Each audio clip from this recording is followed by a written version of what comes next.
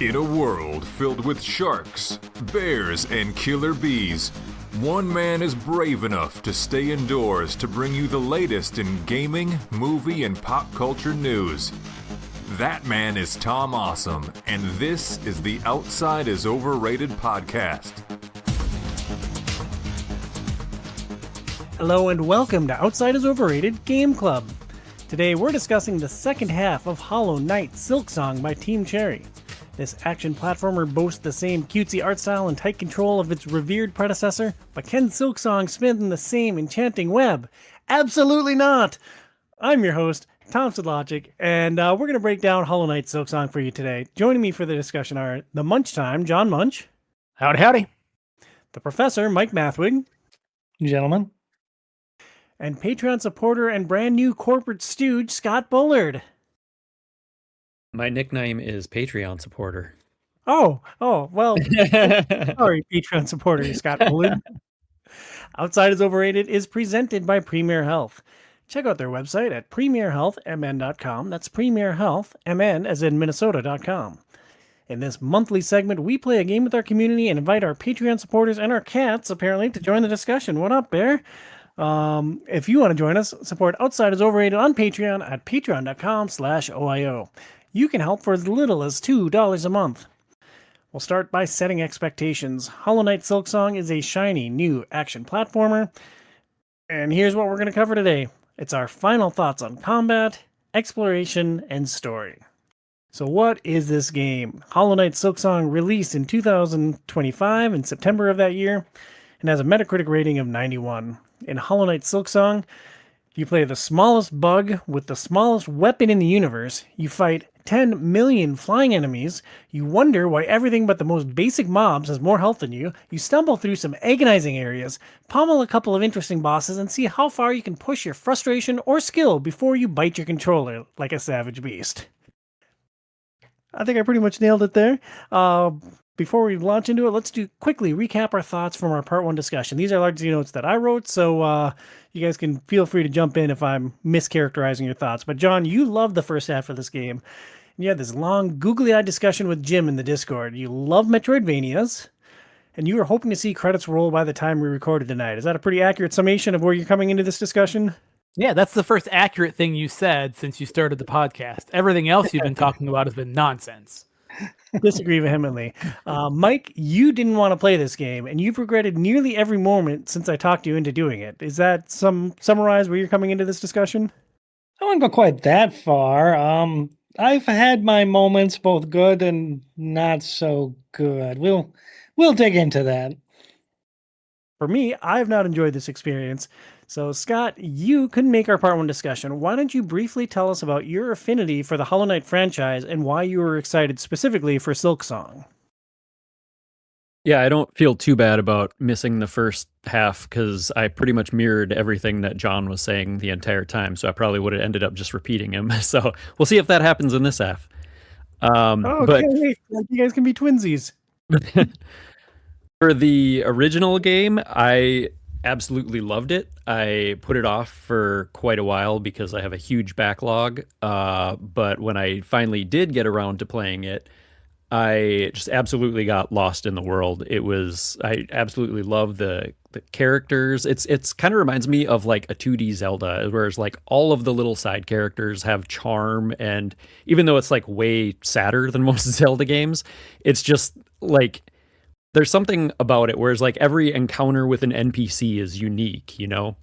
And then I played it not too long after playing Bloodborne, so I saw a lot of the like Souls-like influences in it, and I ended up platinuming the first game and was really excited for the sequel because Hornet is just a badass. Yeah, and we talked quite a bit about Souls comparisons in the first episode. I wouldn't characterize you necessarily as a Souls-type player. Like, I know that you love Bloodborne, but that's like your only Souls experience, isn't it? I played Sekiro too. I beat the bull, Tom. You beat the game, dude. It's amazing. I beat the game. I forgot about that one. So let's start tonight with combat. John, when we last discussed this game, you talked about Hornet's movement set and how fun and fluid that made combat. You also expressed your affinity for her tools, saying they often made bosses easy, which I disagree with. but how did the combat evolve for you across the back half of Silksong? So you just get more movement, right? So more movement, more abilities made it even more fun. You get your double jump, you get eventually, I don't think we talked about like the hook shot deal that you get, right? And eventually then you even get like the super jump, which just kind of makes exploration that much more fun, and you can find new areas and all sorts of cool things. So I also unlocked a couple more crests, which give you a couple different options there to play around with. But really, and then like you have some other tools too, where like you can like hang on walls and not fall off. So I found that the more I played, the more things I found, the more different like movement options that you had to make travel and battle that much more fun and flexible for you to kind of pick your own play style. Yeah, I agree for the most part with what you're saying. I mean, the tools are great. My problem with it is that the game actively discourages me from using them where they would help the most structurally because they have too much cost attached to them. Specifically with tools, the active now some tools are not, are not what I call active in the sense they are always in effect. Like the one that lets you cling to a wall without falling. That thing is great because there's no cost to it.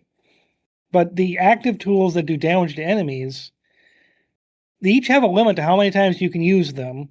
There's a limit to how many you can equip per crest. Each crest has a slightly different setup on how many tools of various types, which is all a good control. And then, unfortunately, they also have a cost in shards. And the cost in shards can vary wildly from just, 1 or 2 to 10 shards per use. And what happened to me is that I would invariably find myself in a tough situation at a time when I only had, 27 shards available, which means I couldn't use my tools because I couldn't afford to. And that really, really annoyed me greatly in some of the tougher gauntlet fights and boss fights.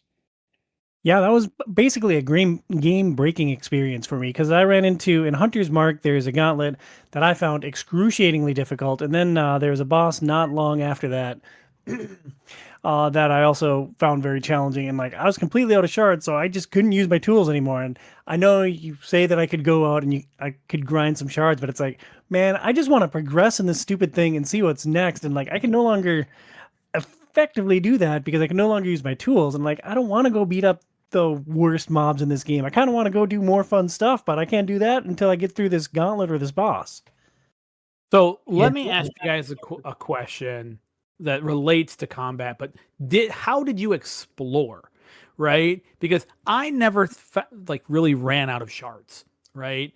Every once in a while, if I hit a tough boss or something, I might run out of shards, but then I had enough like of the like shard recovery items that I could cash those in, and like now I have 500 again, right? So I was always exploring and finding little caches of shards everywhere, right? Like, were you guys doing that? Or were you just like going from point A to point B? So like you were just kind of always running out of shards, like just because you were never finding those big like lump sums elsewhere.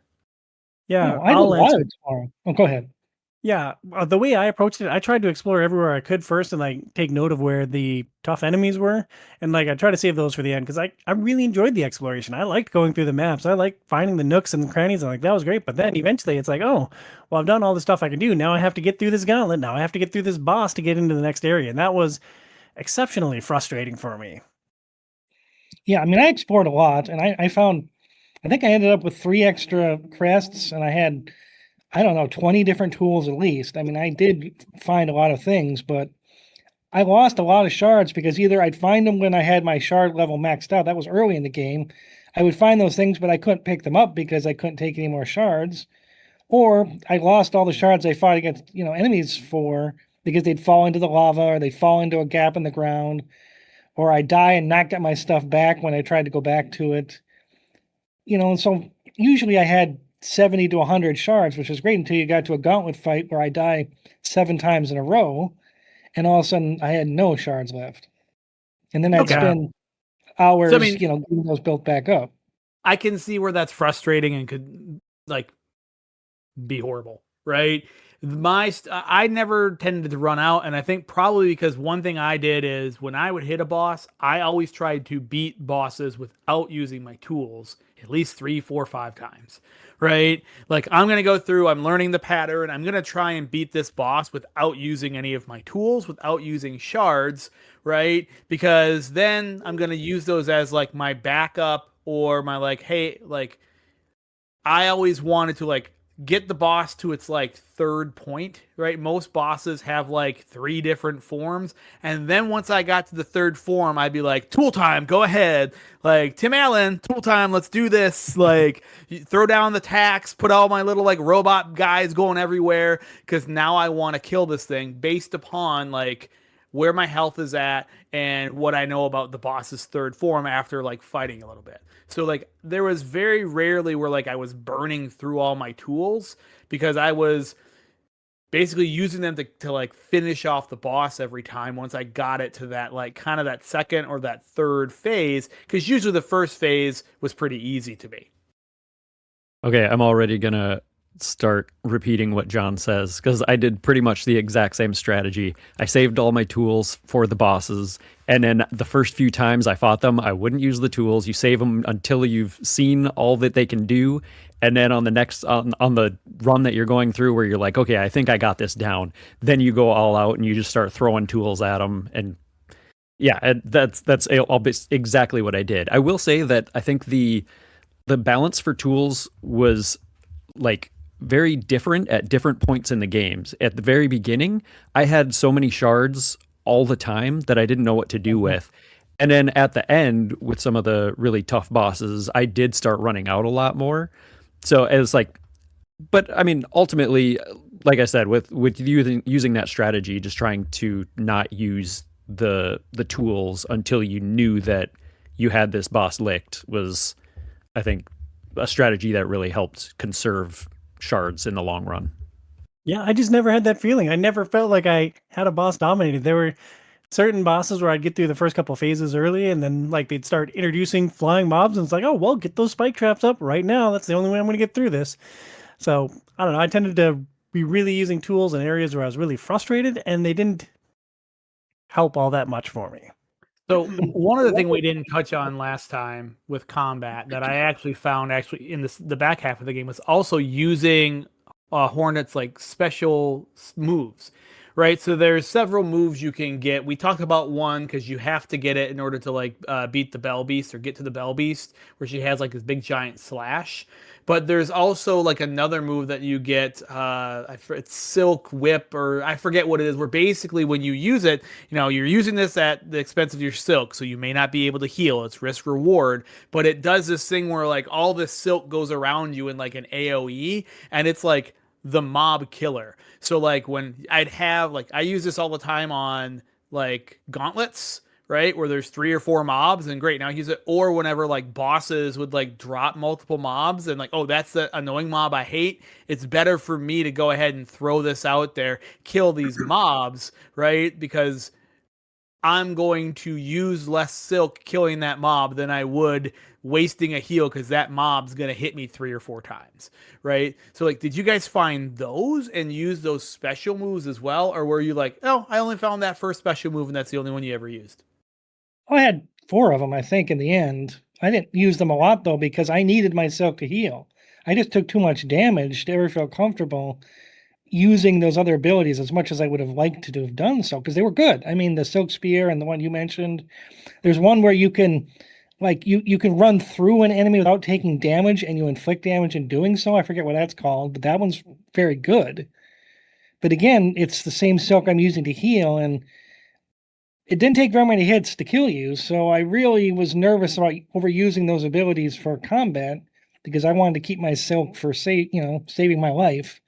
Maybe if I was better at avoiding the damage, I would have been more comfortable, but I wasn't. I can boil down my experience with the combat and why this entire game was a negative experience for me pretty easily, and I'll give you guys a chance to react to it. I was frustrated because Hornet's tiny, everything else is bigger. Hornet has no reach on her attack, so you have to be very precise. You have to be literally right next to every single enemy, and you're hitting with this tiny little slice, and you don't do a lot of damage. It takes a level of precision that I'm just not very good at. And like, I talked a lot in part 1 about this game is just not for me, and I think that was why I struggled with the combat. Like, I didn't have any tools to, like, increase my reach. I didn't feel like I was ever able to increase my damage, and it just I always felt like I was behind the 8 ball, and then they would throw more flying enemies at me and just frustrate the hell out of me. So, like, even when I was progressing, it's like, "Oh my god, thank goodness that part is over because I'm never coming back to this experience." So, do you guys have a reaction to my thoughts that Hornet was too small and her reach just too short for fun combat? I wouldn't say that Hornet was too small, but I understand what you're saying about the game requiring a high level of precision. I think that's spot on. And if that's something that you know that you're just not good at or that you don't enjoy, then that's totally fair. It's just an incompatibility. You know, like I know that I'm not very good at first person shooters. So if they made a first person shooter that like really tested your skill at those kinds of games, I would probably suck at it and get really frustrated too. So I don't think that that's a flaw with the game, but it's just something that might not appeal to everyone. So I understand where you're coming from. Yeah, like it was a design choice that doesn't jive with me. Stop being so nice to Tom. He's wrong. He's wrong. Join forces with me. Your opinion's bad and you should feel bad. No, I think actually, Tom, what I find interesting about the things you mentioned is when you reach a certain point in the game, they actually fix those things, right? So like, I think really what hurts Silksong for you is the difficulty and the difficulty curve being very, very high up front, because eventually you are able to upgrade your needle, right? You are able to get a tool that lengthens your needle so like you can hit from further away. You can even get a crest that like gives you like a long distance, like almost like Link, it's not as far as like Link's sword that shoots out, right? Like his lightning sword, but like you get like when you swing, there's even more distance. So you could, if you would have gotten further, you might have been able to change your play. And it's too bad that like they kind of gated all that behind like this huge skill barrier that just went against like where games are fun for you. Yeah, and like I know things would have gotten better if I got further, but man, this game holds a distinction for me. It is the most I've played a game that I openly hate in my entire life.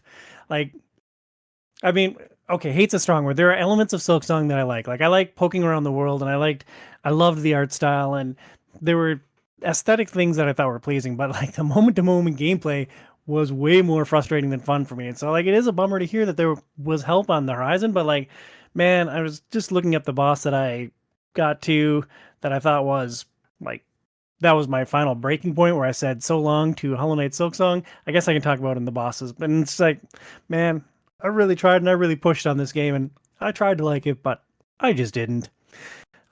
So I guess a question for John and for Scott, since you guys like Metrovanias, what does Silksong do better than other like standout Metroidvania games?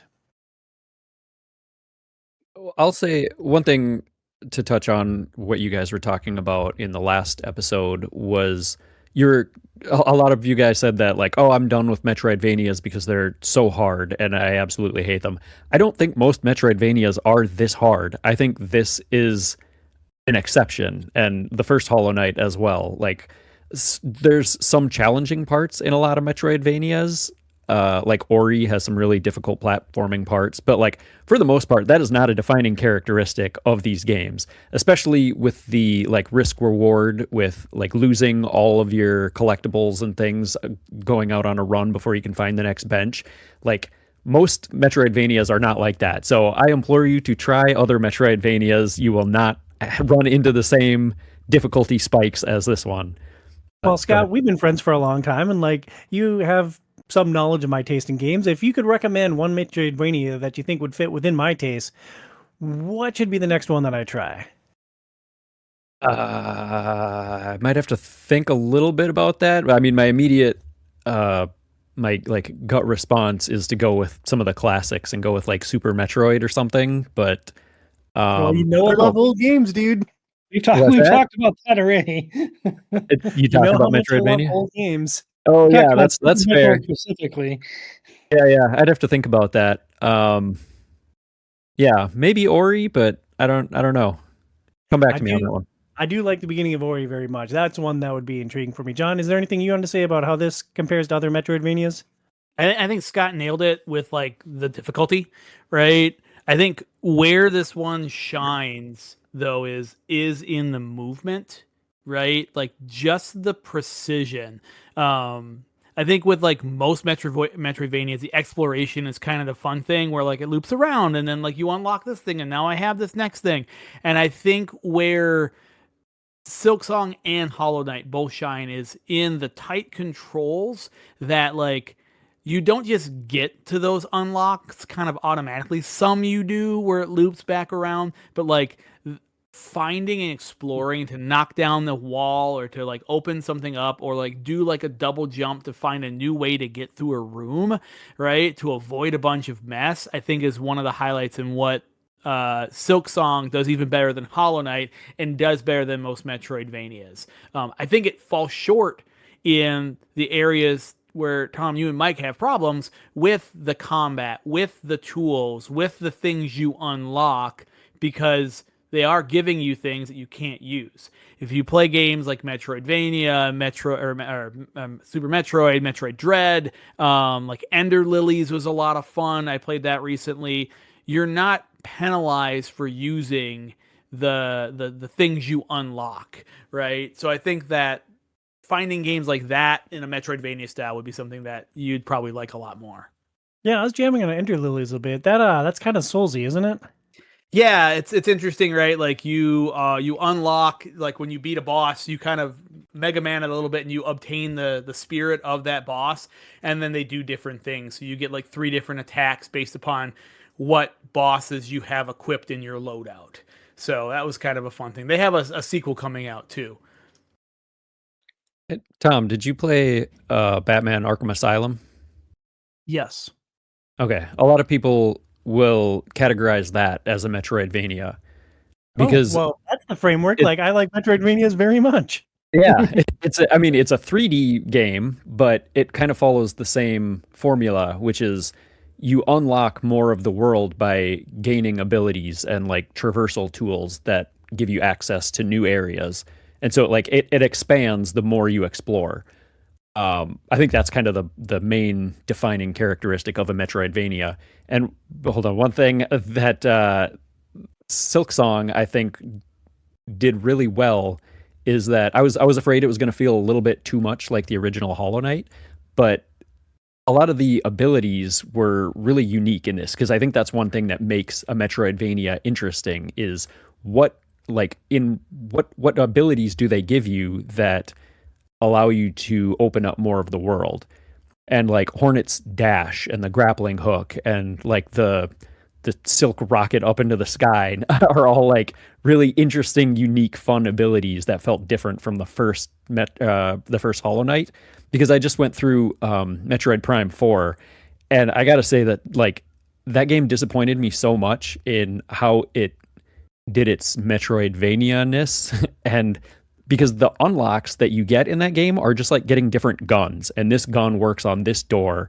And so it's basically like it's giving you keys instead of like movement abilities or, you know, traversal tools, which I think make those kinds of games way more fun. Oh, that's interesting. And like the Arkham comparison is interesting. And the thing that sticks in my mind from that game is you could use your tools as much as you wanted to. So maybe that was my like biggest frustration with this game. Like I'm okay with a finite number of uses for a tool, so you can't just like throw out your spike traps 1,000 times. But I think the added penalty with the shards maybe was what broke me. Mike, did you want to weigh in on how this game compares to other Metroidvanias, or should we jump into bosses? No, as I said in the previous installment, I've only played like one Metroidvania per generation, so I don't have a lot of frame of reference. The last one I played to completion was Forged in Shadow Torch, which I don't think anybody is really recalling as a great Metroidvania. So It's on my backlog. I thought it was pretty solid, but like I said, I played like one a generation, so I'll bow to your expertise on where it ranks in the list of Metroidvanias. Oh, well, moving on, we've talked about the skill set that you get in Silksong. Let's spend some time discussing if you had the tools to be successful in 4 different areas: bosses, the platforming and exploration, in challenge rooms, and in the other catch-all category. So Hollow Knight Silksong features, I wrote down 24. The correct number was 35. Is that right? I think it's 40 something, isn't it? It's 48. For all I know, there's 722 bosses. I'll start with this question. Are the bosses the highlight of this experience? And which was the most fun and which was the most frustrating? They definitely stand out as high points in the game. There's, like you said, there is a lot of them, so not everyone is going to be super memorable, but one that I thought was going to be really easy, but actually gave me a really tough time was Grohl the Great. That one, you fight him after the very end of going through the bile water section, which at that point I was just kind of at peak frustration in that area too. So every time I would do the run back to him, which was super long, I don't know if I was just like getting ahead of myself because I'm like, okay, this guy should be super easy. I'm just going to beat the crap out of him. And then I would just get stomped and have to do the run back all over again. But it made for a memorable boss fight because I'm talking about it now. But also the Nihilith boss fight, which was a later one in Act 3, that I thought was just an optional boss fight, and it turned out it was like one of the main things that you had to the main bosses you had to fight to beat the game. But I thought that one was really cool because there were huge portions of that fight where you couldn't really touch the ground. They would take all of the platforms off the ground, and then there were just spikes on the bottom, and so you had to be clinging on the wall and like bouncing off the top of the boss for a while. And then the final boss battle, which I don't know if you're going into full spoilers for the very end of the game or anything, but that one was let spoiled as be. I don't care. Like, let the world burn. yeah, okay. The Spoil away. Lost Lace fight was really fun. That one was one of the most frustrating ones to me, but like once you finally get it down and like you get the pattern of when you can attack and when you shouldn't attack, it just felt super satisfying to beat the crap out of her. All right, well, there's 3 standouts from Scott. Mike, boss is a highlight in this experience? Oh, absolutely. That was, I think, to me, the thing that I enjoyed the most overall. I mean, while they usually were difficult, they justify their difficulty. Let me explain what I mean. For a boss to be difficult, it needs to justify it through its cool appearance, its flashy attacks, its neat arena, its great boss music, its lore or story significance. You throw all that in there, it's what I call the pomp and circumstance of a boss fight. If you do the pomp and circumstance correctly, the difficulty feels appropriate and justified. And the better you do the pomp and circumstance, the more difficulty I'll accept because it kind of builds into the experience. And for the most part, they did that very well here. I loved the Cogwork Knights fight. That was just a neat fight. Trabio was tremendous fun, although maybe they overdid a little on the pyrotechnics in that fight. I couldn't see what I was doing half the time, but it was just such a fun fight. It made it okay. On the downside, there's a boss called the Broodmother, which, looking back through thousands of bosses and hundreds of games, I think the Broodmother is the worst boss I've ever fought in any game at any time, anywhere in my life. And I don't know what they were smoking for that boss fight. Let's pick at that. What's the deal with the Broodmother? I never saw her. I don't know what this thing is. Is it? Broodmother's this fat, I assume ugly it's bug flying. that craps up kids at you constantly, and is in a tiny little arena that's the size of a postage stamp, and her little kids all explode and do damage when you kill them. So she's big. The room is small. There's tons of other little flying guys constantly being spewed at you, and you constantly bounce off the walls and get hit by explosions from every direction, and it's literally impossible to avoid damage. And that's where I would love to use my tools more often. So I tried it for a while. I gave up. I explored for hours. I built up a couple hundred shards, and I went back. I used all a couple hundred shards, used all my tools in several attempts, didn't quite beat her, and she's still there, and I gave up. That was my experience. John, Scott, either of you want to rebut the Broodmother experience? I just think that this might be one of the times to use a strategy that John was mentioning earlier, like using that whatever it is, the silk whip or whatever, where it creates like an area of effect around Hornet to take out a bunch of the little guys that are pestering you all at once. Because if it's going to save you from taking more damage in the long run, doing But you something still like take that the might damage be because worth they using the explode. silk. It's the explosions that were the problem, not really their damage per se. And because the room is so tiny, and when you're trying to dodge her big fat butt, you just can't avoid their explosions. And having, extra abilities to kill them faster doesn't really help because it's the explosions that were the issue. You'd like if you hit one from above, it would bounce off the floor and come right back at you to explode in your face. If you hit it up, it would bounce off the ceiling and be back at you to do damage because the room was too small for the fight. And that's my biggest complaint. Don't put a boss fight in a room too small for the fight. And this one simply is too small for the fight they put there. It's so amazing to me how different our experiences were. Because like I found the Broodmother fight to be one of the easier ones that I had. Right? I didn't find her that difficult. And I'm thinking about like, well, why wasn't it difficult for me? Right. And I think one of the key things that I use, and maybe I haven't talked about it enough, is so the one crest I used the entire time was the one that once you heal, if you then hit stuff, right, you have a window right after you heal before you get hit, where every hit you do generates more silk in these little balls that float around the screen, right? Like so, like I would always time my heals. Like I'm usually constantly healing. If I have taken 1 or 2 hits of damage, right, I heal right away because normally, and with the Broodmother, like great, I'd heal, I'd hit 2 or 3 of her little stupid things, they'd fly away, and they'd drop a bunch of silk. So even then, if the Broodmother's hitting me, I run around and I'm already back to full silk because I use my heal to regenerate my silk. So I was constantly able to like heal and spam heals. So like maybe that was why I had like an easier time with this one. I also found that like Broodmother was all about movement and like dodging underneath and like running to the other side, or like being in the top corner and pounding stuff down and then like dashing across the top of the screen. So it was just a different way to like attack that boss. It is a small board. I do see the frustration, but it's just interesting to me where like I didn't have that big a problem with that boss.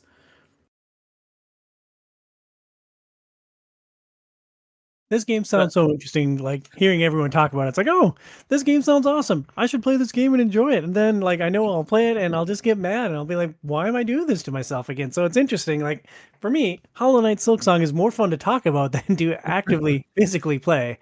John, what were the highlight and low light bosses for you? I think the low light Savage Beastfly.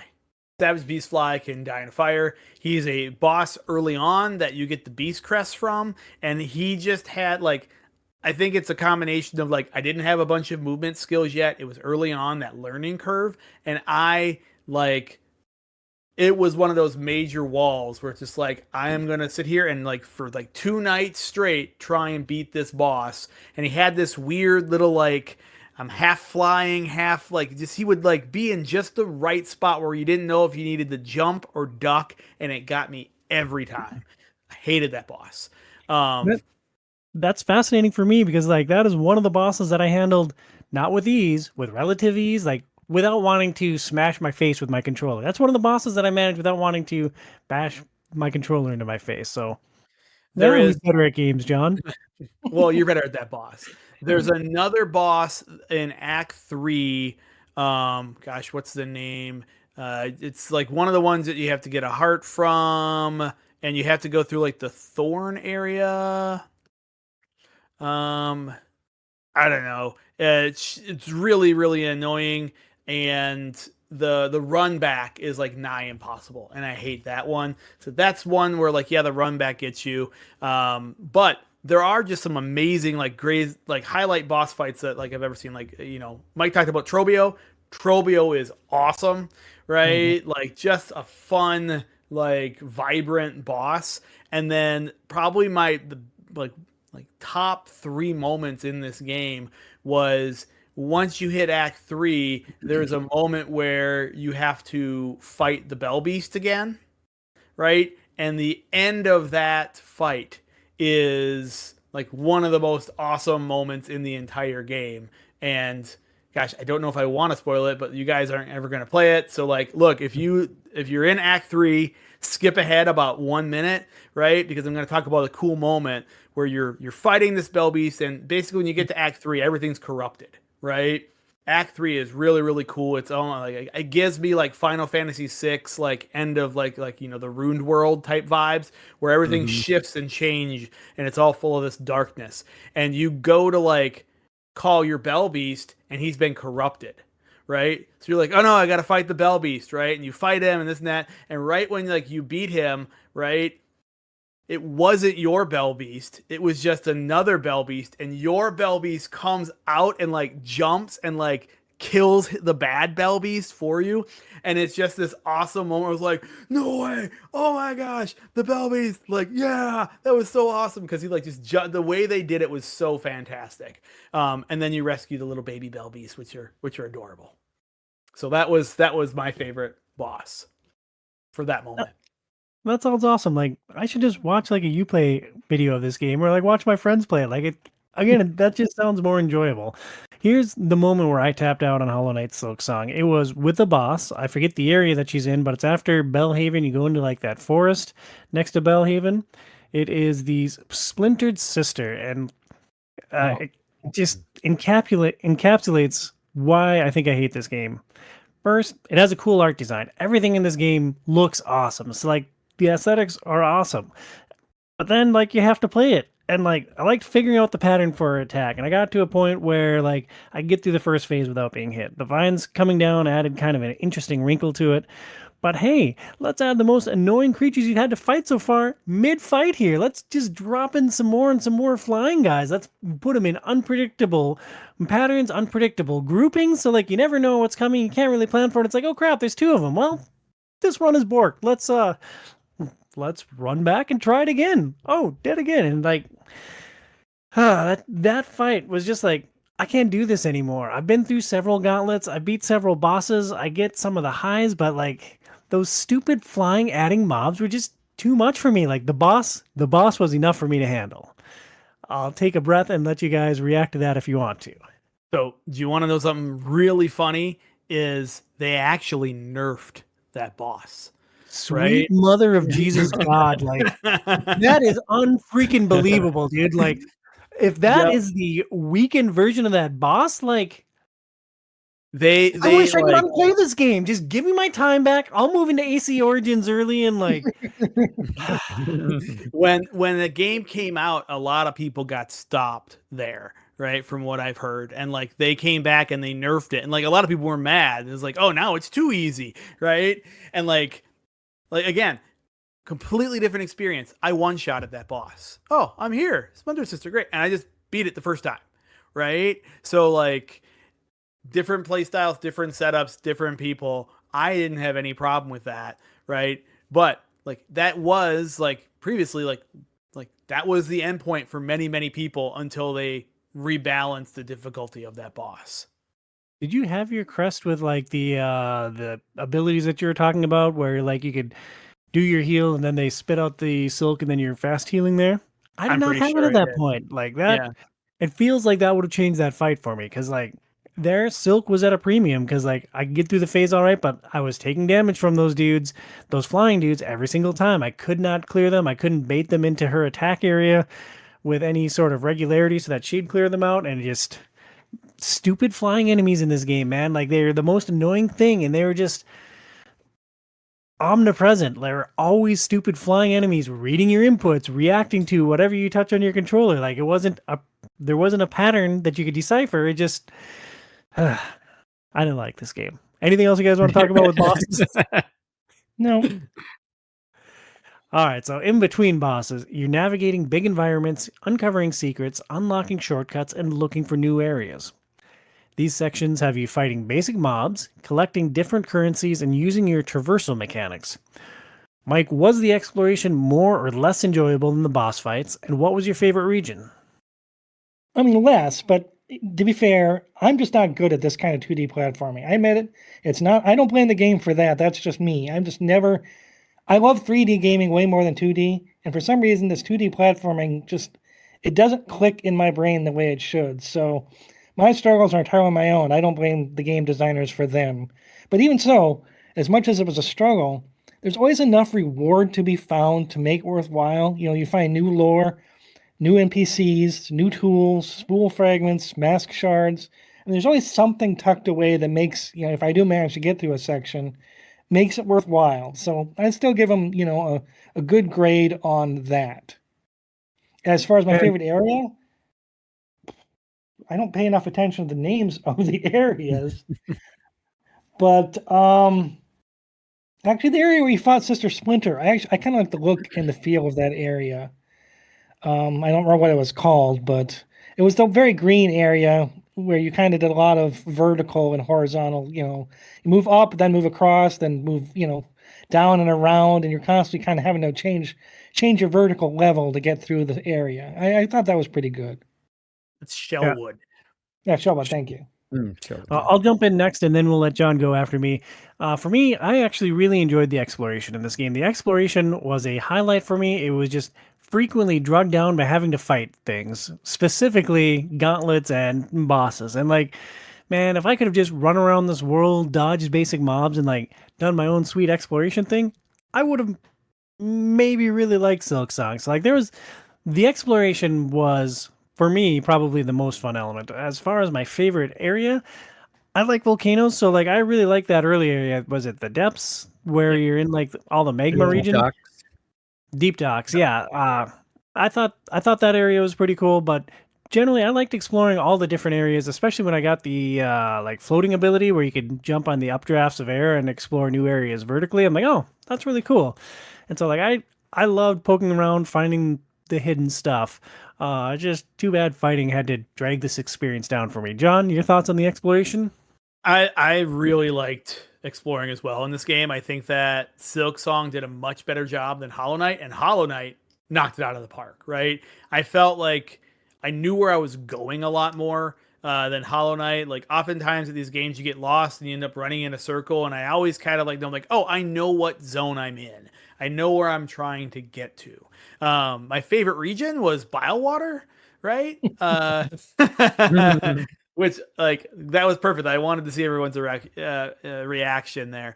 Although it is interesting how memorable Bilewater is. I had the same experience as Scott. You get to that last boss and you're like, oh my gosh, I don't want to die because I don't want to go through this again. So it is a very memorable area. But I really liked the slab. I thought having a prison there and then having this where you're going outside and you're escaping, I thought that was a really, really cool zone and different than other areas.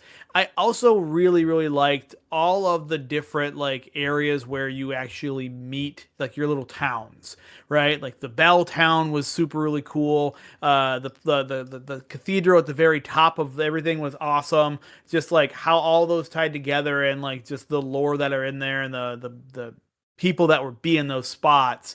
I really like that. I really like how they had the message board on there where you could get quests that would drive you to explore in those areas. Those were kind of the highlights for me. Yeah, I thought the slab was a really interesting area, not just the area itself, but basically how you get there, which a lot of Metroidvanias do something similar to that, in that it's if you get caught by certain types of enemies, you think that it's just a death state and you're okay, well, I'm going to restart at a bench now. And then the screen goes black and you're wait, why is it not just respawning me? And then all of a sudden you wake up in a jail cell and you have all your stuff taken away. And that's really cool. I think John talked about this in the first one already. So, but then there's another part that's kind of similar to it later on where you complete a quest and you give a character an item, and then they basically attack you as soon as you give them the item that they were asking for. And then you wake up a little bit later and you're infected with a parasite. And this parasite prevents you from healing. So you're severely weakened. You can't You can't use any of your silk abilities. Yeah, it's horrible, but it made for a really awesome moment because you wake up in this like dark area and you're like, okay, now I don't know where I am. I'm in a severely weakened state too, so you're being super careful. You finally get out of that area and you have to go find a doctor who will like do a surgery and take the parasite out of you. And then it gives you another crest to use once you complete that. But that was a really cool section too. I said, Tom, I could see you absolutely loving that part. It just was this whole freaking experience, man. Like, it seems like all this experience is like you start up Hollow Knight Silksong, you're holding a controller, and like a hand reaches out of your TV and just slaps you in the face, man. And then you're like, oh, well, that was annoying. I hope that doesn't happen again. And you're playing, and you're like, oh yeah, this looks really cool. Hey, like I like exploring this area, slap again, and it's just like every 7 seconds slap, and then you get to a boss and it's like slap, slap, slap, slap, slap, and it's like, why does anyone enjoy this experience? It sounds like it is the most intentionally frustrating game that has ever been conceived by man. It's because eventually, Tom, like all the slaps are coming and you're like Daniel Soning Mr. Miyagi's hands away. And you're like, no, I know Kung Fu now and I can stop all the slaps. Bing, bang, boom. So you just couldn't get past, paint the fence and sand the floor. Right, in order to play the game. That's what it was. I'm like, if Daniel-san was blind, man, if like he had no sense of like control over his limbs, and like, I want to like this game, dude. Like, it sounds awesome, but I don't. I do not like this experience, Sam. I am. That's why you got to become Daredevil, Tom. Just be able to see without seeing. I wish I could, dude. No, but like to speak to that exact experience that John was just mentioning, the first time that I went through Mount Fay, I was getting super frustrated. I thought it was extremely hard. It's a long platforming section where you're going straight up, and anytime you're out in the cold, they have these like little safe zones next to warm areas or little lamps that you can heat up by, but anytime you're out in the cold, you start losing health. And after finally getting through that area and getting up to the top and then getting the cloak, which basically gives you a double jump, but it also lets you stay out in the cold for as long as you want. And then I was like, okay, well, I got the item in this area. I'm never coming back here again. And then you find out you do actually have to go back there for a few items later on. But like after doing it that first time, I remember just flying up that hill. And I mean, granted, it was easier because I have a double jump now and the cold isn't a factor. But like areas that you thought were just insanely difficult before, exactly like John said, I'm Mr. Miyagi just knocking stuff away. It's like, oh, none of this is a challenge anymore. It's all super easy. It just makes for a satisfying experience that you get to like feel your progress.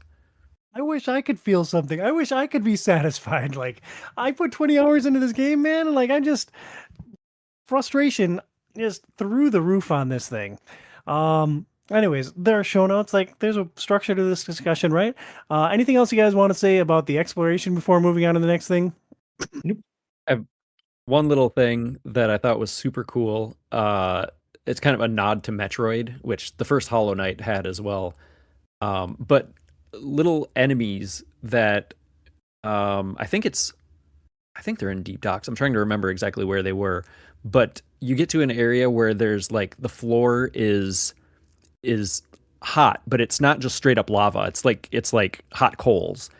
And at first I was scared to jump on it because, floor hot. It looks like it's going to burn you. But then you see these little enemies jump on it and they just keep jumping and they're not getting burned. And so I'm like, oh, hang on, I can do what they do. And I just started jumping on the floor and you just keep jumping across. And like, as long as you're on it for just a second, you can survive and it doesn't do damage. And I thought that was really cool. That's a very like Super Metroid thing to do, whereas like, oh, you watch the enemy behaviors to learn something that you could have done all along, but it's like the game taught you through just using the environment, which is super cool.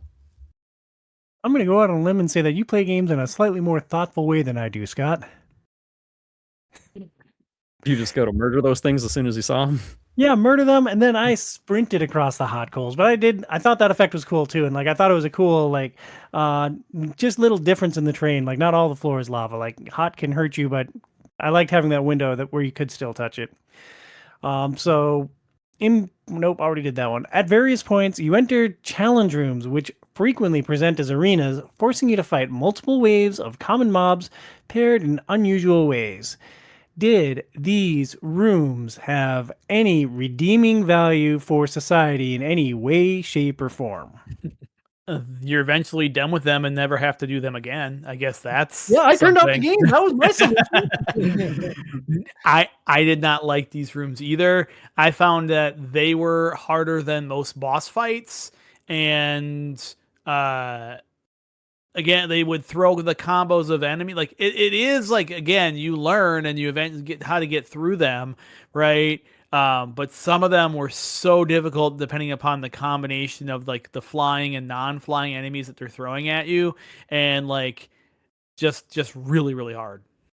Like comparing them to bosses, like bosses are generally big and cool looking and they have their shtick and like they have their own things. So like while the bosses could be very challenging and that had some frustration, like for me, the boss fights were far more enjoyable than these gauntlets. Like these gauntlets were the absolute worst part of the experience for me. The one in Hunter's Mark, the first dude that you have to fight, he has a staff.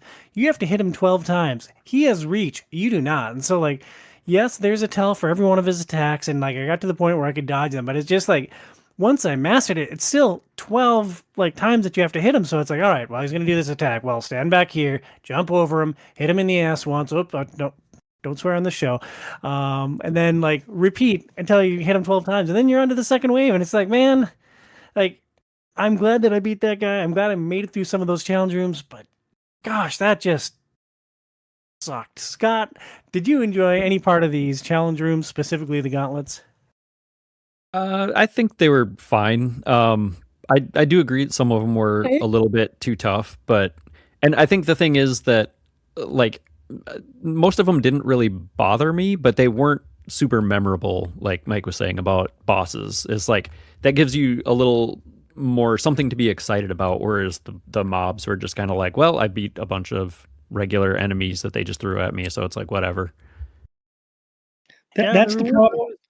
Oh, go ahead. That's the issue. The whole thing is that, like I said, bosses have the pomp and circumstance around the fight. These rooms, you don't have that. It's just regular enemies in annoying ways. And they combine that with some of them having fairly absurd runbacks, which is just a recipe for rage quitting because it doesn't feel worth the effort of what you're doing to get the result that there's one in Deep Docks, which was my least favorite of them all that I did, where I had to start in a different area because closest bench was actually outside of Deep Docks, travel through like 6 screens, carefully fight the most annoying enemy in the entire game, those big flying guys who throw bombs who have helmets on, get by a bunch of platforming to get to this challenge room where you fight, guess what? More of those big guys with the helmets on that throw bombs in the tiny room. And can I mention how much I love exploding things in tiny rooms in these games? Because, man, do I love it. And it just sure is your favorite part of this experience, Mike. It's just nothing about that experience is good or justifies itself in what you're doing. It's just, it feels like we want to make it hard on you. So here's a hard room, have fun. And it's just not fun. Definitely not fun. The one thing I'll say about the Hunter's Mark Gauntlet, where I spent 2 hours out of my first 10 before I finally cleared it, like it made me get a lot better at the combat. And like, for better or for worse, like the only way through is to have a certain level of skill in this game. And like, is that a fun way to experience a game? I don't know. Like, my skill is what my skill is. Like, I'm never going to become a grandmaster at Hollow Knight. So is that a worthwhile thing for me to bang my head on? I don't know. That one in particular just like opened up a shortcut through a screen. There wasn't a particular reward for it. It's like, oh, well, that was a lot of frustration for very little reward. So I think the consensus here is that gauntlets suck and shouldn't be in games. Got it. So we'll move into kind of a catch-all. Outside of bosses and arenas and exploration, what frustrated or surprised you the most about Hollow Knight Silksong?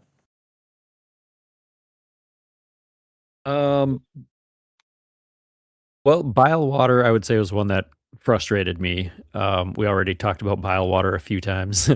Mostly well, because we talked about it a lot in the first episode. Do you want to like explain what the shtick is in Bile Water, what makes it so frustrating?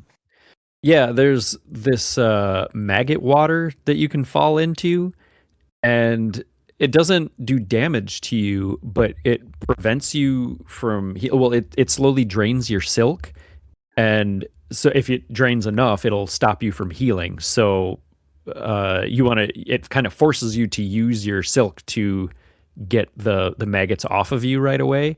So like there are worse things that could happen. You could fall into lava and like actually get damage and stuff, but it just feels really gross because your little icon up in the corner of your health bar is covered in maggots when you fall in, and so it's just like it's not a good feeling. Yeah, and like the game just reaches out and slaps you again. Like, awesome. So that was a frustrating thing, but like, what was the most surprising in a positive way then? Surprising. Well, I don't know. Some of like what I mentioned before about just like the abilities that you get. Well, it is also very like it's more customizable than I thought, or maybe not customizable isn't the right word, but like you can use different strategies, which you could to some degree in the first Hollow Knight because you have charm loadouts and stuff. But in a lot of Metroidvanias, it's just like you get upgrades and you're not like swapping out or making decisions on which one to use. But like they had a lot of crests in this game, and I was not expecting that. I was kind of expecting like I thought that just the original one, which your downward aerial attack is it kind of shoots you at an angle, and I thought that was kind of cool because it was so different from the first Hollow Knight. But then later on, you get different crests that give you the same like directly underneath you attack that the first Hollow Knight had. But I forgot what the rest of my point was. It's all It was good. brilliant, though. Brilliant. What was the most surprising or frustrating thing for you? The decision they made where your silk spool, you start out with a basic level of silk that you can, add to your spool. And as you explore, you find pieces of spool that will lengthen that so you have more silk. And you use silk for attacking and healing and abilities. It's critical to everything you do. But when you die, your silk spool reverts to the base level you start the game at until you get back to where you died and reclaim your silk cocoon.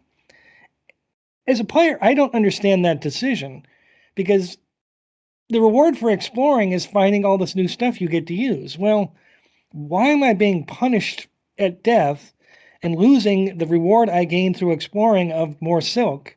Why do I have to go back as a weakened form? It seems like such an unnecessary decision because sometimes you can die a long way away from your bench. So you have to transport from where you start from that bench to where you died to get to it, and all that time you don't have the amount of silk that you earned through all your exploration. And it feels like a punishment that I don't understand the logic of it. I really don't. I just remembered the thing that I was going to mention before about different ways that you can play the game. I discovered that you could do something with the plasmium file where you inject yourself with plasmium to give yourself like extra bonus hearts, right? But if you keep doing that over and over again, if you get up to 9 extra plasmium hearts, you go into a stage called overdose. And it basically like refills your entire life bar with the blue like plasmium life masks, and then those will heal again automatically over time. So like that became super helpful on like hard platforming sections where there's not a lot of enemies to like regain silk. So there's just like little like neat things like that in there. Yeah, I think what surprised me, right? One which surprises me in like a positive way is how different this game is for everyone and just how much content there actually is, right? I mean, even like what Scott just said, I knew that I didn't use that tool. I had it, right? But I didn't know it did that, right? And just like, how everyone can have such different experiences. I think that makes for an interesting game. I'm sad that some people aren't enjoying it, but it still makes for interesting conversation, interesting game. And like, to me, like the actual scope of Act 3 just as to me is mind-boggling, because you've already gone through, like, you go through Act 1, and Act 1 was already big. You get to Act 2, that's really big, and every time you go around a corner, there's a new map area you're opening up. You're like, oh, there's another one? Oh, there's another area? Oh, here's another area. And then you go ahead and you open up Act 3, and they're like, by the way, basically we just made this dark world, and now you have to beat the whole thing again. And I'm like, oh my gosh, this is like so much content, and so much, like, almost to the point where like I bounced off, right?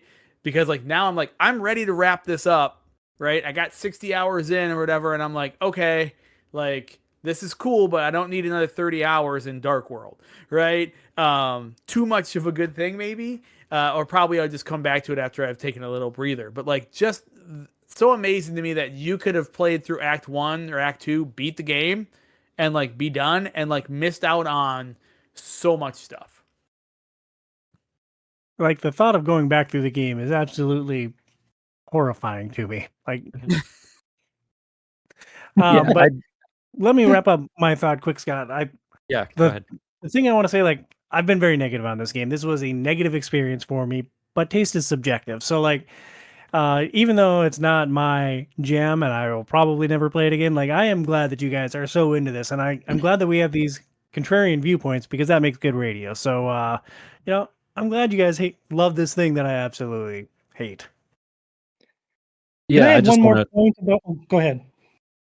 Oh, no, I was just going to go off of what John was saying, that I do agree that it was maybe a little bit too long, because even though I was having a lot of fun with it the whole time, it did, like, 60 hours for a game like that's that difficult is stressful.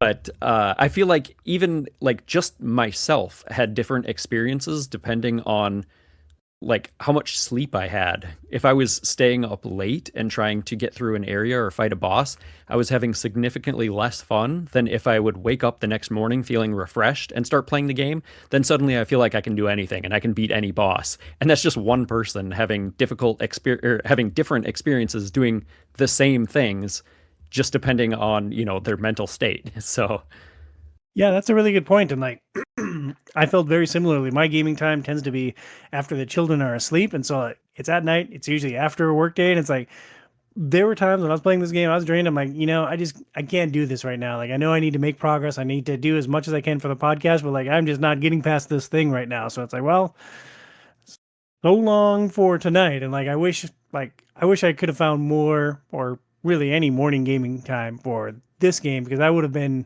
probably a lot better at it if I was just mentally fresh for the experience. Mike, did you want to make another point? I did just want to mention on the positive side, I mentioned this in the first installment, but I want to touch back on this because it deserves it. This game's sound design is utterly impeccable. You can tell how long the game was in development by the sounds, because modern gaming sound design starts out excellent as kind of the baseline, but this game, every sound is it's clearly been tested and retested and tweaked and adjusted till it's the perfect sound for what they're trying to express. The clink of stones as you're running across the floor, the sounds that the enemies make as they attack you, bells are critical to this game, and the sound of the tintabulation of the bells is enough to make Edgar Allan Poe cry if he could only live long enough to have heard it. It's just so good that I have to give them credit for what they did here. It is an amazing achievement in sound design, and I'm not sure any game has ever really matched it that I've played. So I just want to make sure to give them their, proper credit for that. Yeah, that's high praise. I do not have rebuttal for it. So we've been talking about the difficulty. We talked about bosses. We talked about exploration. We talked about challenge rooms, and we talked about kind of a catch-all. Putting that all together, is difficulty the point of Hollow Knight Silksong, or is it getting in the way of what makes this game special? I think it's kind of the point, right? I do think that like they wrap this all up in a really like pristine package. But I think that what the developers are shooting for on this, and the real point is good, right? Be the Dark Souls you're going to get that sense of satisfaction from beating these difficult bosses. And the reason why I think it's the point is it's the difficulty and the control and everything is in every aspect of this, between the challenge rooms, the bosses, where like the platforming, everything is precision. Everything is building upon the previous thing. And I think the developers are like, look, I want you to enjoy this, but to enjoy it, you're going to suffer. And then the suffering brings about that enjoyment of like, I conquered it. I agree with you that difficulty is the point of this game. I disagree with the Souls comparison, and I think I brought this up in part 1, but in like the Souls games, you're gaining souls, you're leveling up, your stats get better, you do more damage, you can do a different loadout, and like I don't like that comparison in this specific instance because I feel like the Souls games give you more tools to overcome your challenges. So Souls games are easier than Silksong. I think that's what Tom's saying, right? They're just easier. It's absolutely true. Right, it's easier, right? Like, this is the true get good. And I also think that it's 2D versus 3D, right? Like, it's really, really easy, I feel, to have, like, with 2D to, like, make precision, like, be a huge part of the game. And I think that gets harder when you move into a 3D space with these giant bosses that you have in Souls games, right? To where you're cheesing, you're rolling underneath the tail, or you're running through the legs, and this it's a different strategy that I think is just more forgiving in a 3D world than you have in a 2D space. Absolutely. Yeah, that just makes sense. You're dealing with one fewer dimensions, so precision is kind of the tool that they have to make it more difficult. Well, give me those Souls games for babies then, guys, because like that's more my jam. So let's close out our discussion talking about the story of Hollow Knight Silksong. I played 20 hours of this game. Here's what I absorbed. You play as Hornet, a bug who is abducted and dumped down a ravine. She's going on a pilgrimage to the top of the world. There are lots of flying bugs and mostly flying bosses trying to murder her. Did I miss anything, or is story just not the point of Hollow Knight Silksong? There is a lot of story here, and the thing is it's again another comparison to a Souls game, or it reminds me a lot of Bloodborne, where the story is there, but they're not spelling it all out for you. They want you to explore, to piece together the story. And I will say a lot of it is still, like, I explored this entire game, and a lot of it is still really vague to me. I watched a whole, hour and a half lore explainer video afterwards, and I still don't fully get it. I mean, I get, a lot of the major parts where, Grandmother Silk became kind of a tyrant figure and created the Weavers, like the Spider Clan, and a lot of them ended up banding together and imprisoning her in a cocoon, and then a bunch of them fled because they were scared. And so there's all these little things that you pick up from things that characters say, or pieces of lore that you find. But again, it's like you have to kind of piece it together, and a lot of it's just not super spelled out for you. But one thing that I do absolutely love about this game is that Hornet is not a silent protagonist, which in the first Hollow Knight made sense for kind of what the knight was. He was supposed to be an empty shell filled with void, but I'm really glad that they didn't go that route with Hornet, and they gave her personality. I mean, first of all, because she already had personality in the first one, but giving her the ability to talk too, just it added that extra bit of character. And she has a really good character too. She's strong and firm and eloquent, and knows what she wants to do, and she's confident in herself. I just really love her character and how they portrayed her. Yeah, I agree with Scott. I think it's light on story, but in that good way. And really, to me, it this and Hollow Knight actually probably even more than the combat and the gameplay. This is where it aligns to me with your FromSoft games, because it is always about even Hollow Knight's about this big story that's happening, but bits and pieces, and there's the abyss, and there's darkness, and you're fighting all these ancient bosses that like have some strange story about them if you really dig in and you like understand what's happening in the world. And I think that's really cool. I think it's awesome when like you can just play the game and like, oh, that's a cool looking boss, that was fun. Or you can play the game and be like, that's a cool looking boss, and oh, he is that way because of all these things, right? What I love about it is all the secondary characters. I think Silksong does an amazing job with like the characters that follow you around between like the flea merchants and all the fleas you find. There's like this little old lady that you like find in like the very first village, and like she is making the pilgrimage to the top and she makes it all the way, and like at one point you have to save her, and like there's like yeah, there's guys like fighting. You'll be running around in rooms and like there's guys you find that are fighting. You can unlock people that like then you like one of the coolest bosses I didn't talk about is really like where you go and like there's this guardian and you basically fight him and like you win battle and then like you get his honor, and there's just like a really cool moment with that character. So like I think the world is very, very robust if you take the time to look. Oh yeah, absolutely. I mean, that's one of the best things they did is the way they give you a piece of the world that you can kind of see by interacting with the NPCs. You know, Sherma's the pilgrim you were talking about, and they're so positive and cheerful and hopeful. But you know, as they work their way up through their climb, they start to see the darkness and comment on it in interesting ways. And there was I don't know if you found this. There's a hidden room in the Citadel where there's a bug on a treadmill. Did you find that guy? Yes. Yep. Yeah, Loam. That was really, really sad. He thinks you come to basically take him to heaven as a reward for his good service, and of course he's just a forgotten slave that nobody cares about. But when you know Hornet tries to convince him that there's no point to this, he's not going to get rewarded. He just rejects it as a sin, and he says he's going to work even harder because he just they'll bring him to heaven eventually. And you leave him there on his treadmill. You can actually run on the treadmill next to him. And if you do it for a while, you get one rosary. And I'm like, wow. Wow. That says a lot about the way this world works. A little while.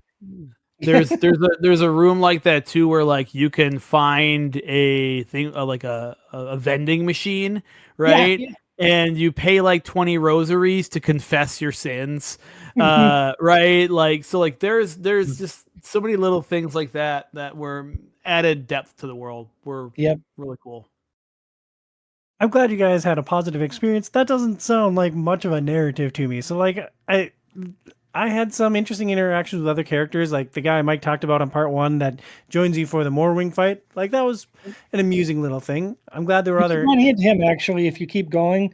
He shows up in the Citadel in various places fighting enemies. If you find him at the right spots. And that's neat. Is and that like Zaza? Yeah, thank you. That was his name. And I'm glad that those tie into a satisfying experience. But a way this world evolved that really annoyed me, especially not being particularly good at it. As you're moving through the game, as you're doing different things, the vendors will move on to other areas of the world. And so like that drove me crazy because like eventually I had a stack of rosaries and like you can turn them into strings, but like you're basically paying 20 rosaries for that privilege. So like you can bank some, but it's not very efficient. It's like, man, I finally have like 500 rosaries. I'm going to go buy a thing. And like the vendor's gone from the first town, and like that map vendor is gone from her third area. And it's like, man, just let me buy something to give me some fashion of hope in this stupid game so that I can maybe make it past the scarred sister boss. So we're getting to the point where we're going to give our final thoughts. So I'm going to tee up each of you in a different way here. This game has been divisive in the OiO community. Jim and John and Scott all loved it. Mike and I feel differently about it. But John, we'll start with you. Why do you think this was such a standout game? So, amazing production value, an immersive world, satisfying combat, and exploration, right? And I think the fact that, Tom, you hated it, right? But kept coming back to it and sounded to me like in our conversations like you had a good time once you made some progress tells me that there's something special in everything that's combined here, right? Like you wanted to like this game because you could see that like there's something there. You just never like broke past it. Like to me, this game is like Bloodborne in that way to me. Like Bloodborne, I was like, I hate this game. This is so dumb. But we were all playing it together. And then like I eventually like broke through and like, oh, this game is one of the best games I've ever played. And I love this game and it's awesome and it's creepy and it's weird and it's fun. Right. And like, I'm just sad that like this game like is so difficult and like has so many roadblocks that you weren't able to hit that breakthrough moment and that other people probably weren't able to either. Yeah, I certainly don't think I'm alone in not like reaching that breakthrough moment. I will agree with you to a degree. Like there were elements of this game that I liked and that I enjoyed, but oh man, I just lost my train of thought. I had a really good point too. Yep, it's gone forever, and I don't edit this show, so this is all just live radio. So I guess I agree with you, John. Thank you. Mike, you and I were on the other end of the spectrum. You notably said one night in the Discord that you had to stop playing because you'd reached your threshold for cheap BS. So what held the experience back for you? The cheap BS. That was not right now. I can tell you right now what night that was. It was that stupid challenge room in the Deep Docks I was talking about earlier. That was running back to that stupid room to fight the stupid exploding bomb assholes with their helmets. So you couldn't even do the jumping attack on top of them to stay up in the air because they don't take damage from that. And just stuff like that. There's always this. You'd have a good run, and then you'd reach a boss fight with a long run back, or you'd die somewhere and you'd lose 150 rosaries because you just don't quite get back to it. And it's too much frustration for the value. You always feel underpowered because you have to hit everything 55 times. My best two sessions with this game, I can tell you right now, were the 2 times that I was able to increase the power of my needle. The next session after doing that, best exploration I had, best time I had with this game by a mile, because for a while, I didn't feel underpowered. I felt like Hornet was actually a strong fighter until I advanced the game further, got to stronger enemies, and then I felt underpowered. Then I got the next Pale Oil, and for a while there, I felt great again and did some great exploring, and then that goes away because I'm back to having to hit things 55 times to kill them. It just gets too frustrating. Yeah, I agree. And I remember what my point was now. Like, I am so with you, Mike. Like, John said that there were points in this game that I liked, and that is right. But like, ultimately, it boils down to I host a video game podcast, and like, I had to play more to continue the discussion. And like, I set that goal for reaching the end of Act 1 after we had our Part 1 discussion. Didn't quite make it, but like, I am pleased with the effort that I put into this game. Not pleased with the result or like, the fun that I had in that 20 hours with this game, but I don't know, man. Like, constantly feeling underpowered was underwhelming for me. So, Scott, we'll pivot to you. You are very selective with the games that you play, and you tend to play them very thoroughly. You've heard why Mike and I hated this game with the burning fiery passion. Where did you find the magic in Hollow Knight Silksong? For one thing, I think I'm just more stubborn than a lot of people, so I'm going to keep slamming my head against a door until it finally breaks. But I also, like, I wouldn't put myself through that if I didn't really like the game to begin with, if there wasn't something there that really interested me. So I really love the world of Hollow Knight, and this goes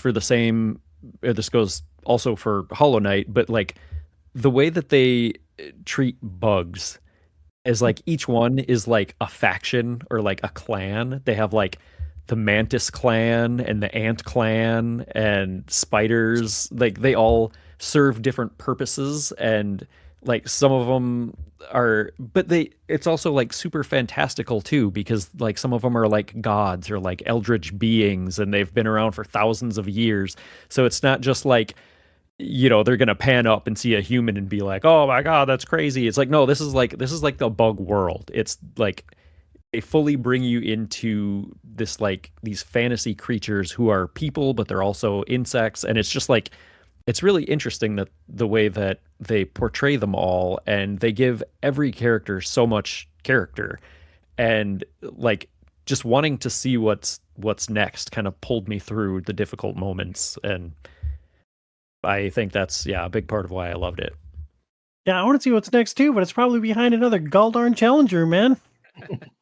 I just can't do Yeah. it. So, group discussion point here. Who is Hollow Knight Silksong for? Because, like, clearly some of you guys love it. I hate it. It's not for, I don't know, people who suck at games. Yeah. But who is the right fit? Who's going to find, who's likely to find the magic in Silksong? Sadists. Yeah. Oh, Yeah, yes, that, yes, that, I you got that mean back. that's a part of it, right? I think like Scott, you also hit it with like stubborn, like determined, like I'm gonna like perfectionists, right? Like there's that level. I think another like interesting thing is like speedrunners. That's who this I game can is see for. that. Like people who like to like break things and figure out like the different ways to break things. And honestly, I think it is like a like there is a it's for people who really really enjoy that aspect of working through something difficult, right? And like getting that satisfaction of like I beat the really really difficult hard like nigh impossible thing. um I think that's where it does come in. Like you need to kind of like gear yourself up to where like, okay, this is going to be hard. I also think that like you do need to like platformers, right? You have to have some affinity for like 2D platformers because this is one of the harder ones you're ever going to play. So you have to enjoy that Super Meat Boy-esque like I'm going to be jumping across rooms where it's all spikes and I'm going to hate it until I beat it and I'm going to say yes. Now I never have to do that again, right? But getting through is the fun. All right, so we've got sadists, perfectionists, platforming fans. Anyone else that we want to recommend Hollow Knight Silksong to? Bugs. All right, and to bugs. All right. Somewhat of a niche audience for a game that is this well regarded. Let's try to wrap up by tying this discussion back to our part one discussion that you can listen to earlier in our Outside is Overrated podcast feed. Did Hollow Knight Silksong build on its strengths in the back half, or did it double down on the frustrations? I think it doubled down, right? I think Act 3 gets really, really tough. And Wait. I have just spent an hour and 22 minutes describing how challenging this game is and how rough and how frustrating and how it's just like the game reaching out and slapping you in the face over and over and over again incessantly. And you're saying Act 3 gets really tough? Act 3 gets really tough? I was going to mention that earlier, but I didn't want to dishearten you anymore. So, Yeah. after getting to Act 3, I remember distinctly feeling gobsmacked with how much more difficult everything is because all of the enemies can now be corrupted, which gives them extra health and extra attacks, and everything is harder. Frack this game, man. Frack this game. Who's this game for? This game is for nobody. Nobody should play Hollow Knight Silksong. This is ridiculous. I do not understand how anyone could enjoy this experience. I don't know, man. I mean, like 91 on Metacritic, is that what you said? I mean, people love it, right? But like it does like Act 3 gets really hard. The other thing, like the whole world is different. So like before where you're like, I'm gonna go jump to point A to point B again, like, oh, well, like now the world is destroyed and you can't go that path and you have to go a different way. And like it is just there's another level of difficulty. Now you have all of your tools, so that helps, but like the enemy health and attack ramp up Oh, good. makes it That tough. is just what this game needed. The enemies needed more health, and you needed to do less damage. Like that is the perfect balance for this game. Like I cannot believe that we played this freaking thing. And like I want my 20 hours back, dude. I'm so glad I picked this for so many reasons. I am so glad I picked like this. This is like revenge for me, Tom, for like the time I wasted in Arcanum. This is what this is. This is like me coming back. I had to play that stupid like Arcanum, like that 15, 20 hours of my life. We are now even, sir. Oh man, like I didn't get the impression that you hated it as much as I hate this game. Like I am out on the Hollow Knight franchise. Like, I'll wear a t-shirt with it, like very cool art design. Like, aesthetically, I like it, but I swear to God, I will never play another Hollow Knight game. Like, this franchise is dead to me. And like, let's just finish putting the nails in this coffin. Mike, did you want to weigh in on whether this built on its strengths in the back half, or if it was just a more frustrating thing that you slogged through because you fall into the sadist camp? You guys are getting this backwards. It's not sadists, it's masochists. This game is for masochists. Oh. The people who made it might be the sadists, but no, it does both. It built on its strengths and it maintained the frustrations. This game is very consistent. What you saw at the beginning is what it was going to be. A rock hard, ultra precise 2D platforming / combat game where they made some decisions that, as far as I can tell, the only real cause, our only real purpose was to make sure that you never really felt powerful or capable, and everything was always going to be a challenge.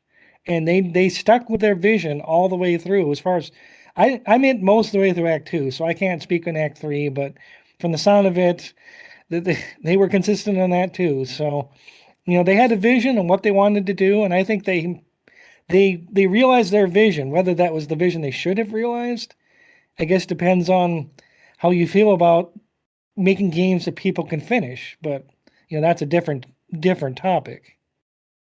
So yeah, that's one area where I definitely differ from you. Is I did feel powerful, especially after defeating a difficult boss, and like, yeah, there's a lot of times that you're running scared for your life, but after beating it, like especially like I distinctly remember feeling how I felt after beating the very last boss in the game.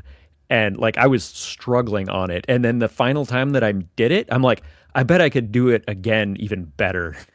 I didn't, but I was like, I finally got this boss's patterns down so well that like, okay, now it's nothing. Now I can take it out, like no problem. I'm glad that gives you such a confidence boost, Scott, because like for me, like when I finish a boss, I'm like, oh good, never have to do it again. I think that's kind of the point of it, is it's supposed to build your confidence. Like if it just breaks, you'll never get through it. So if you just keep pushing through and you're learning and you're progressing each time you fight it, then yeah, it should give you a huge confidence boost anytime you take out a boss. I can say with 100% certainty that this game did nothing to boost my confidence. It only went in the other direction. Is there anything else that you guys want to say about Hollow Knight Silksong? Join us next year for the podcast where we go through the DLC that's coming out for DLC. it. I'm going to recommend that for Game Club as soon as it comes out. Well, it is a realistic possibility because I do want our OiO community to have some agency. And for those of you who appear regularly on this segment, I want you to like choose some things so that like you have some agency in the experience. So if that's what you want to do with your choice, John, just to troll me, like I would play some more of this freaking game. It is so hard not to swear when I'm talking about Hollow Knight Silksong. So I guess that's a realistic possibility, but let's hope not. Next month, we're going to change it up. We're going to play a game that's fun, something that is enjoyable to play, where you gain experience, you level up, you get more powerful. We're going to play Assassin's Creed Origins. I just arbitrarily chose this for us because I have a huge stack of Assassin's Creed games. I never make time for it. So I'm like, well, we're just going to put that one on the schedule and play it for 2 months. So for the next month, we're going to play the first half of the game. The month after that, we're going to try to play the second half of the game. Mike, you've actually platinumed AC Origins. What made it such a standout title for you, if you can quickly surmise your thoughts? I think it's the most fully realized historical world that they've built for an Assassin's Creed game. And I think it has the best protagonist and the best story of any Assassin's Creed game, which, spoiler alert, this is my favorite Assassin's Creed game. I'm excited to play it. Like, I haven't played AC since the second entry. I played the first one to completion. I hated it with the burning fiery passion. I was really digging the second one, but I started playing it at the end of the PS3 life cycle and just have never played it since because I graduated to the PS4 and I didn't go back to it. So I'm excited for the opportunity to jump into Assassin's Creed Origins. And this is a game, Mike, that kind of reset the formula for Assassin's Creed, right? Yeah. They changed a lot of things in this one. They revamped the combat. They revamped the character development. They revamped a lot of the exploration mechanics. Just it really was. Burns said this, and he's right. It was a soft reboot of the series. And I am digging it so far. I'm a couple hours in, so I'm really excited to dive deep into the first part of Assassin's Creed Origins next month. On the main podcast feed, we just dropped our annual movie episode on director Jon Favreau's feature films. And then next month, we'll discuss 3 very fishy board games, Fleet the Dice Game, Lure, and Finspan. Scott, I can't believe you didn't do that episode with me. You love board games, dude. That's what I keep hearing. We hope you'll jump in and play alongside us. Please support Outsiders Overrated at patreon.com/OiO. And until next month, stay inside, kids.